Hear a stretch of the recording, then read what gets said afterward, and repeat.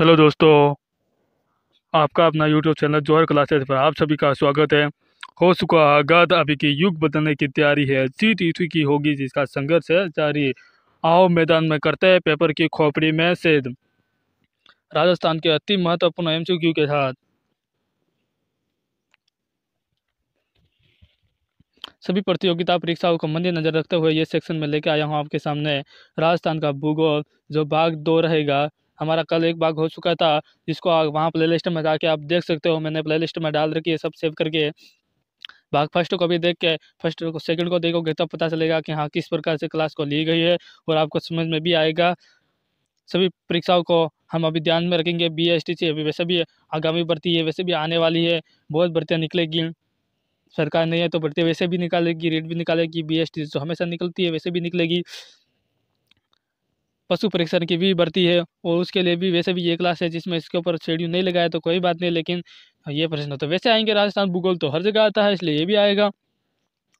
एक शायरी के साथ हम क्लास को शुरू कर देंगे। इस क्लास के साथ, जो पानी से नहाएगा वो अपना लिबास बदलेगा, जो पानी से नहाएगा वो अपना लिबास बदलेगा, जो पसीने से नहाएगा वो एक दिन इतिहास बदलेगा, जो पसीने से नहाएगा वो इतिहास बदलेगा। इसलिए शुरू करते हैं, अपना इतिहास अपन खुद बदलेंगे। क्लास को शुरू कर देते हैं यहीं से। आज का हमारा पहला प्रश्न रहेगा, अरावली किस प्लेटर से अलग हुई थी? अरावली किस प्लेट से अलग हुई थी? चौमेली प्लेट से अलग हुई थी, चुंडा प्लेट से अलग हुई थी, या यूरेनियम प्लेट से अलग हुई थी, या एरिबिनियन प्लेट से अलग हुई थी? एरिबिनियन प्लेट से अलग हुई थी। तो प्रश्नों को ध्यान से पढ़े और आंसर दीजिए, और मैं इसको पूरा डिटेल में आपको बता दूंगा कि किस प्रकार से ये अलग हुई थी, क्यों हुई थी, सब बता देंगे। आपको प्रश्नों को ध्यान से पढ़ना है और फिर आंसर देना है। तो यहाँ पे हुई थी, हम प्रश्नों को फिर बाद में बताऊँगा, आंसर आपको वैसे भी पता चल जाएगा कि प्री कैम्ब्रियन।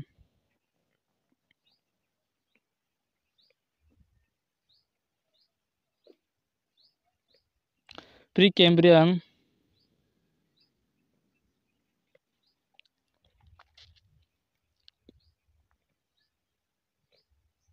प्री कैम्ब्रियन काल अरावली का निर्माण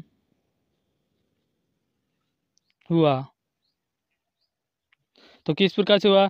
जब अरावली प्लेट व भारतीय प्लेट व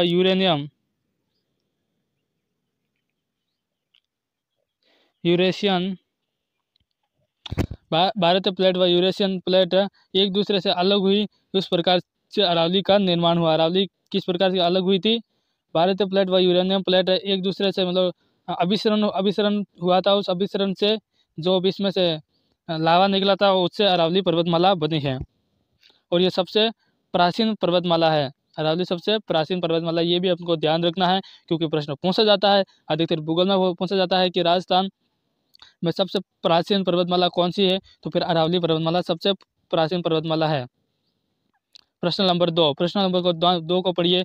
पश्चिमी मरुस्थल में रेती के टीलू में कौन सा क्षेत्र मुक्त है? रेतीले टीलू से कौन सा क्षेत्र मुक्त है, ये प्रश्न पूछ रहा है।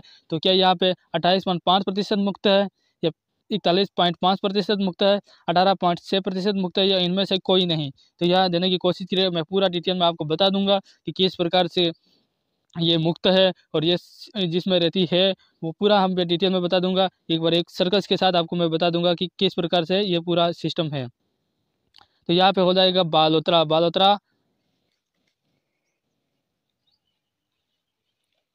बालोतरा फलोदी, बालोतरा फलोदी और पोखरण, इधर क्या आ जाएगा? पोखरण। ये बीच वाला क्षेत्र है जो भालुका रेती के टीलू से मुक्त है। कितना प्रतिशत इस भाग को क्या कहा जाता है, कितना प्रतिशत मुक्त है और क्यों मुक्त है, पूरा मैं डिटेल में बताऊंगा। कि इस क्षेत्र को हमादा कहा जाता है। क्या कहा जाता है? हमादा कहा जाता है।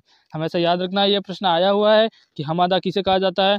तो पश्चिमी क्षेत्र में जो रेतीले के टीलू है, जिसमें फलोदी पोखरण और बालोतरा के बीच में जो क्षेत्र है, जो पथरीला क्षेत्र है, जहाँ पे पहाड़ियाँ हैं, और वहाँ पे जो रेतीला रेतीला रेती से मुक्त क्षेत्र है उसको कहा जाता है हमादा।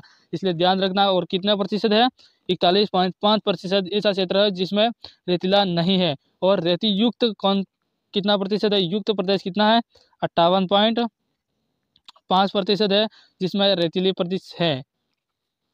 ठीक है, अगला प्रश्न हम पढ़ेंगे। अरावली श्रेणी का निम्नलिखित में से उच्चतम भाग है उच्चतम भाग कहाँ है? तो कहाँ पे स्थित है? उदयपुर में कोमलगढ़ और गोविंदा के बीच में स्थित है सबसे ऊंचा वाला भाग, या फिर हडोती पठार से कोटा तक है, या उत्तरी राजस्थान में है, या नहरगढ़ से जयगढ़ तक है। ये प्रश्न हमारा हो गया और इसका आंसर हो जाएगा, इसको भी मैं पूरा डिटेल में आपको बताऊंगा, लेकिन एक बार आंसर बता देता हूँ। इसका आंसर ए हो जाएगा। क्या हो जाएगा? ऑप्शन ए हो जाएगा। ठीक है, और अब मैं अगला बताऊंगा कि इसका किस प्रकार से ये वहाँ ऊंचाई है। तो अरावली हम बनाएंगे, ये राजस्थान का नक्शा बना देते हैं एक बार। तो हम जैसा भी बने, थोड़ा नहीं आता है इतना, तो ये राजस्थान का नक्शा हो गया। ठीक है, और यहाँ से यूँ अरावली है। तो इधर अरावली का सबसे ज़्यादा विस्तार है। तो कौन कौन से जिले में सबसे ज़्यादा विस्तार है? तो एक तो हो गया सिरोही में सबसे ज़्यादा है, और इसमें उदयपुर है, राजसमंद है और प्रतापगढ़। इधर सबसे ज़्यादा ऊंचाई वाला क्षेत्र है और सबसे ज़्यादा विस्तार पूछा तो उदयपुर में है, क्योंकि ज़्यादा क्षेत्र उदयपुर में पड़ जाता है। और यहाँ बीच में अजमेर में ये सक्रिय हो जाती है, मतलब कम हो जाती है। अजमेर में बिल्कुल कम हो जाती है, और फिर आगे जाते ही थोड़ी सी वापस बड़ी होती है, यानी थोड़ा सा बड़ा हो जाता है, थोड़ी बड़ी होती है आगे जाके। और इसकी पूरी अरावली की लंबाई राजस्थान में कितनी है? तो राजस्थान में इसकी लंबाई है 550। ठीक है, और फिर इसकी पूरी लंबाई पूछे तो 792 है, जो यहाँ गुजरात के पालमपुर से लगा के दिल्ली तक इसका विस्तार है। ठीक है, अगला प्रश्न, आगे वाला प्रश्न हमने आंसर भी बता दिया आपको। अगला प्रश्न पढ़ेंगे, प्रश्न नंबर 4। निम्नलिखित में से कौन सा कथन गलत है? प्रश्नों को ध्यान से पढ़िए, गलत है या सही है, इस प्रकार से प्रश्न आ जाते हैं अधिकतर ऐसे ही प्रश्न। और ये ऐसे हल्के में मत लीजिए, ये प्रश्न सब प्रीवियस में आए हुए प्रश्न है, उसको ही मैं सोल्व करवा रहा हूँ। इसलिए गलत है या फिर सही है, इस प्रकार के प्रश्नों को ध्यान से पढ़ना है। गलत हो जाते हैं अधिकतर, प्रश्नों को ध्यान से पढ़ो और फिर इसका आंसर देने की कोशिश करो। दोस्तों, आप सभी को क्लास को शेयर भी करो यार। क्लास को शेयर नहीं कर रहे हो, इसका मतलब क्या हुआ? मैं आपको सबको पढ़ा रहा हूँ, आप क्लास को शेयर नहीं करो। मेरे को कुछ नहीं चाहिए, बस आप क्लास को शेयर कर दो, आपके दोस्तों के ऊपर, किसी दोस्त के ऊपर भेज दो, वो आपका बहुत थैंक यू बोलेगा आपको। क्या पता इसी प्रश्न में से एक प्रश्न उसका एग्जाम में आ गया तो फिर क्या हो। वैसे भी राजस्थान का भूगोल से प्रश्न आते ही आते हैं, नहीं आता ऐसा नहीं हो सकता है, प्रश्न आते हैं। अगला प्रश्न, चौथा प्रश्न हमारा आंसर दीजिए। पश्चिमी रेतीला मैदान 33 सागर का भाग है, क्या ये 33 सागर का भाग है? आप पढ़िए। फिर अरावली सबसे पुरानी श्रृंखला है, दक्षिणी पूर्वी पठार गोंडवाना भूमि का विस्तार है, सिंधु नदी द्वारा उत्तरी पूर्वी मैदान का निर्माण किया गया। तो इसका आंसर हो जाएगा पश्चिमी रेतीला मैदान 33 सागर का भाग है, बिल्कुल है, राइट है। अरावली सबसे पुरानी श्रृंखला है, ये भी बिल्कुल राइट है, मैंने पहले ही बता दिया था। दक्षिणी पूर्वी पठार गोंडवाना भूमि का विस्तार है, बिल्कुल सही बात है, ये भी राइट है।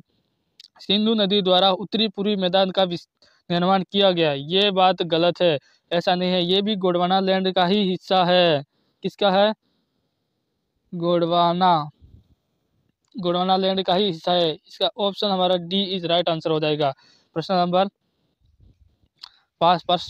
5 को पढ़िए।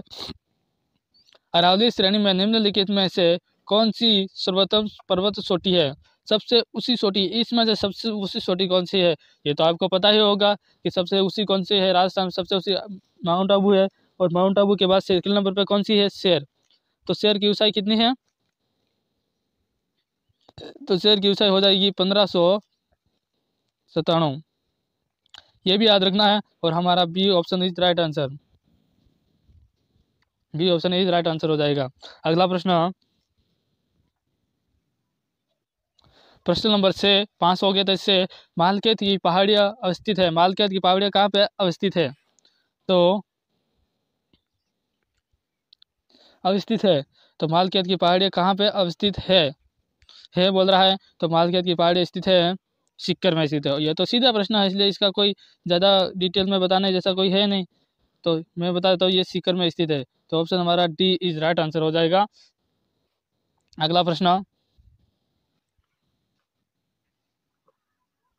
इस प्रश्न को थोड़ा डिटेल में पढ़ना पड़ेगा क्योंकि ये अलग प्रश्न है। इसमें कोड दे दिए है, कोड को वापिस कोड में आंसर देना है।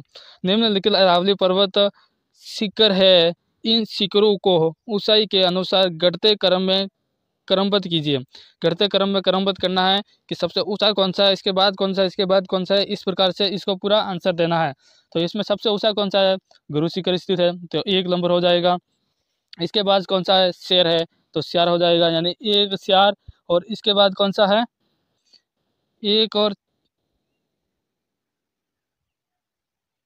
1 का तो हो जाएगा, सबसे ऊंची हो जाएगी गुरु शिखर, इसके बाद हो जाएगी स्यार शेर, इसके बाद हो जाएगी दिलवाड़ा, और इसके बाद हो जाएगी शेरगढ़ और फिर कोम्बलगढ़, यानी ऑप्शन हमारा डी इज राइट आंसर रहेगा।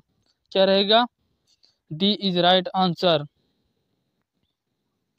सबसे पहले तो ये रहेगा 1 नंबर, फिर 2 नंबर ये हो जाएगा, फिर 3 नंबर हो जाएगा दिलवाड़ा, हाँ असलगढ़ हो जाएगा 3 नंबर, दिलवाड़ा हो जाएगा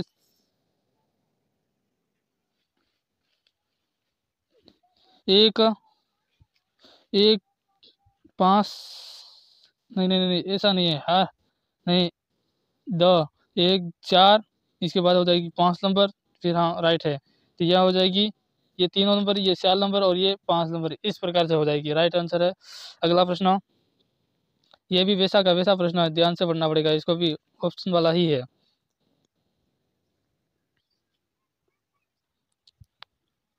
डोरा पर्वत, कमली घाट, हर्ष की पहाड़ी और हाथी नाला ये कहाँ पे स्थित है,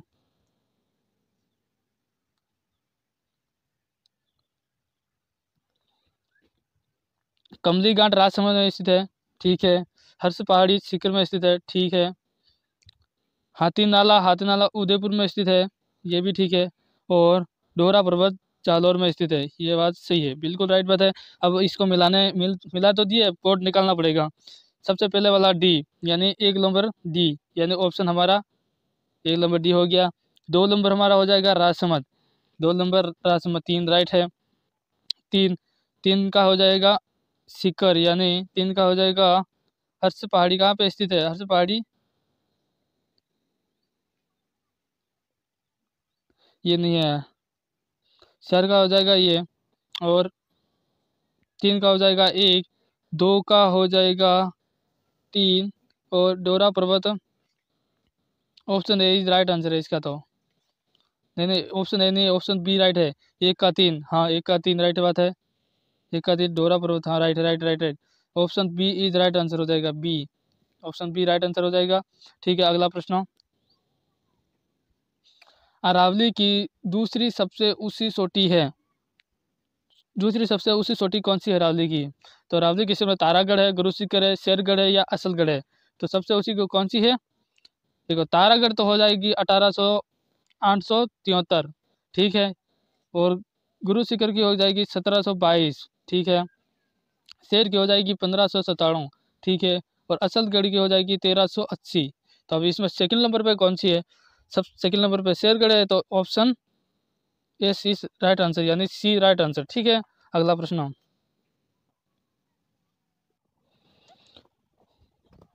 मुकुंदरा की पहाड़ी कौन से जिले में स्थित है, मुकुंदरा की पहाड़ी कौन से जिले में स्थित है, झालावाड़ कोटा में स्थित है, अजमेर या जयपुर में स्थित है, या जालौर व नागौर में स्थित है, पाली या सिरोही में स्थित है, कहाँ पे स्थित है, इसका आंसर देने की कोशिश कीजिए। मुकुंदरा की पहाड़ी यानी विद्याचल पर्वतीय श्रेणी में पड़ता है मुकुंदरा, विद्याचल और गोंडवाना लैंड के बीच में पड़ता है, तो यहाँ पे कौन सा आ जाएगा, झालावाड़ और कोटा आ जाएगा,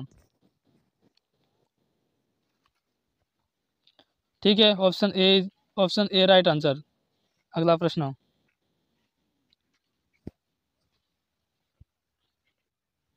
प्रश्न नंबर 11, बाप बॉर्डर बेड़ राजस्थान के किस जिले में स्थित है, बाप बॉर्डर बेड़ राजस्थान के किस जिले में स्थित है, इस प्रश्न को ध्यान से पढ़िए और फिर आंसर दीजिए कि बाप बॉर्डर बेड़ कहाँ पे स्थित है।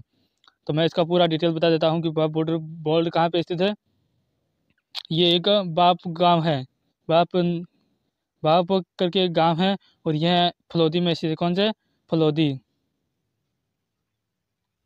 फलोदी में स्थित है। और ये पूरा पूरा जीवी एक प्री कैम्ब्रियन युग की एक मतलब पर्वत श्रृंखला है जो बर्फ का गोले होते हैं वो नीचे ज़मीन में दब जाते हैं और फिर बहुत पुराने समय के बाद अभी उत्खनन किया गया तो यहाँ से भाप निकले और उसको नाम दिया गया भाप बोल्डर।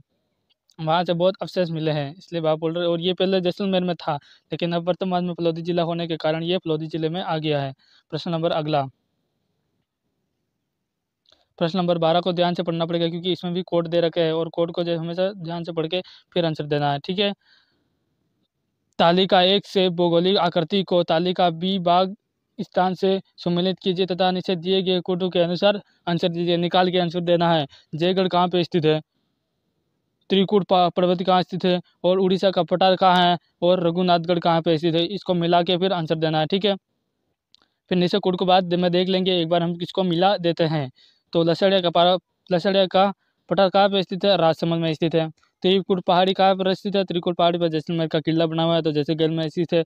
और रघुनाथगढ़ सीकर में स्थित है और जयगढ़ जयपुर में स्थित है। तो हमारा आंसर हो जाएगा एक का 3, एक का 3 हो जाएगा। कौन सा? 1 का 3 हो जाएगा, 1 का 3। अगला 3 का 4 हो जाएगा, 2 का 4 हो जाएगा। ठीक है। तो फिर आंसर तो मिल ही जाएगा, ढूंढ लेते हैं अपन।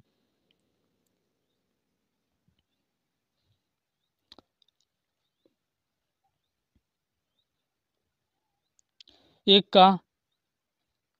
का तीन किस में स्थित है, 1 का 3 इसमें स्थित है और किसी में नहीं है तो आंसर हो जाएगा। और बी का 4 इसमें और 3 का 1 राइट है और 4 का 2 राइट है, यानी आंसर हमारा हो जाएगा A option is right answer हो जाएगा। अगला प्रश्न,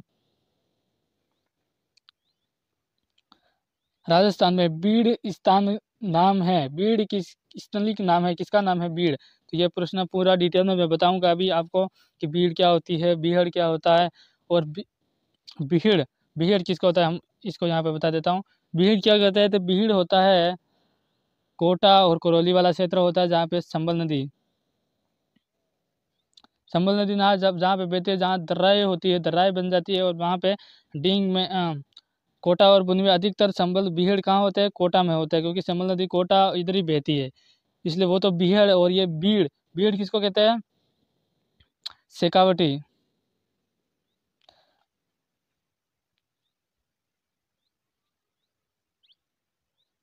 शेखावटी में जो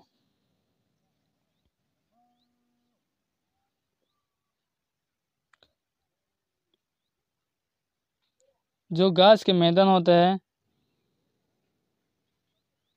जो घास के मैदान होते हैं उसे भीड़ कहा जाता है, उसे बीड़ कहते हैं। तो ये कहाँ भीड़ की घास का मैदान यानी चारगाह को कहा जाता है। ठीक है। तो हमारा ऑप्शन हो गया था ए। ताराबाद के टीले पाए जाते हैं, राजस्थान में ताराबाद के टीले कहाँ पाए जाते हैं, तो ये पाए जाते हैं पोखरण व सूरतगढ़ में पाए जाते हैं, मोहनगढ़ व सूरतगढ़ में पाए जाते हैं, मोहनगढ़ व सूरतगढ़ में पाए जाते हैं। ठीक है। ये हमारा राजस्थान है और इधर वाला पूरा क्षेत्र में यहाँ से लगा के यहाँ तक तारा के बालू का स्तूप पाए जाते हैं जैसलमेर से गंगानगर के अनूपगढ़ के बीच में। अगला प्रश्न, राजस्थान की सबसे ऊंची चोटी गुरु शिखर की ऊंचाई लगभग कितनी है, राजस्थान की सबसे ऊंची चोटी गुरु शिखर की ऊंचाई कितनी है, तो ये हो जाएगी, सबने याद कर रखी है 1722। अगला प्रश्न हो जाएगा option A is right answer 1815 का। अगला, राजस्थान के उस भौतिक स्वरूप का नाम क्या है जो थार के रेगिस्तान को संबल की घाटी से अलग करती है, अलग करने वाली कौन सी है, अरावली पर्वतमाला जो जल विभाजन भी कर रोकती है, जल विभाजन भी करती है और रेगिस्तान का विस्तार नहीं होने देती, थार का मरुस्थल का विस्तार नहीं होने देती। प्रश्न नंबर 17, घग्गर मैदान के विस्तार वाले जिले स्थित है, घग्गर मैदान वाले जिले, घग्गर मैदान वाला जिला स्थित है गंगानगर व हनुमानगढ़। यहाँ पे घग्गर नदी का प्राचीन नाम होती है सरस्वती भी कहा जाता है, इसको सरस्वती कहा जाता है, मृत नदी कहा जाता है, क्या कहा जाता है, मृत नदी कहा जाता है। और राजस्थान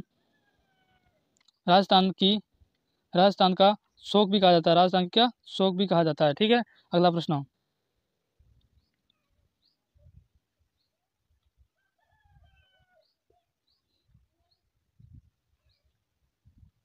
प्रश्न नंबर 18, राजस्थान में उत्खान भूमि स्थलाकृति दिखाई देती है, कहाँ पे दिखाई देती है? तो यह हो जाती है डांग। कौन सी बात कर रहे हैं? ये डांग की बात कर रहे हैं। संबल नदी के आसपास का क्षेत्र जो कृषि योग्य नहीं है, उसे डांग कहा जाता है। क्या कहा जाता है? डांग। तो डांग सवाई माधोपुर, करौली व धौलपुर। और डांग की रानी किसे कहा जाता है? करौली को डांग की रानी कहा जाता है। और डांग का राजा धौलपुर को कहा जाता है। ये भी अपनों को याद रखना है। अगला प्रश्न, अरावली के किस प्रदेश में रोजा बाकर व स्नाना बाकर की पहाड़ी स्थित है? तो कहाँ पे स्थित है? ये तो सीधा प्रश्न है, इसलिए इसमें कोई ज़्यादा वाली बात नहीं है। जालौर में स्थित है। अगला प्रश्न, ऑप्शन बी राइट आंसर था इसमें, ऑप्शन बी। ठीक है, अगला प्रश्न, राजस्थान के कुल भौतिक क्षेत्रफल का लगभग कितना प्रतिशत पश्चिमी मरुस्थल प्रदेश के तहत आता है? कितना प्रतिशत आता है पश्चिमी तहत? 61% आता है। ठीक है, तो आप क्लास कैसी लगी कमेंट जरूर कीजिएगा, नहीं से कमेंट में कर देना ऑफलाइन कमेंट कर देना, ताकि मेरे को पता चले कि क्लास किस प्रकार थी। और प्यारा सा मैसेज बिल्कुल कर देना। और आप व्हाट्सअप ग्रुप से भी जुड़ सकते हो। व्हाट्सअप ग्रुप नंबर मैं आपको दे देता हूँ, 9521482184। ठीक है, इस नंबर पर मैसेज कर देना, मैं आपको व्हाट्सअप ग्रुप से जोड़ दूंगा। जय हिंद, वंदे मातरम।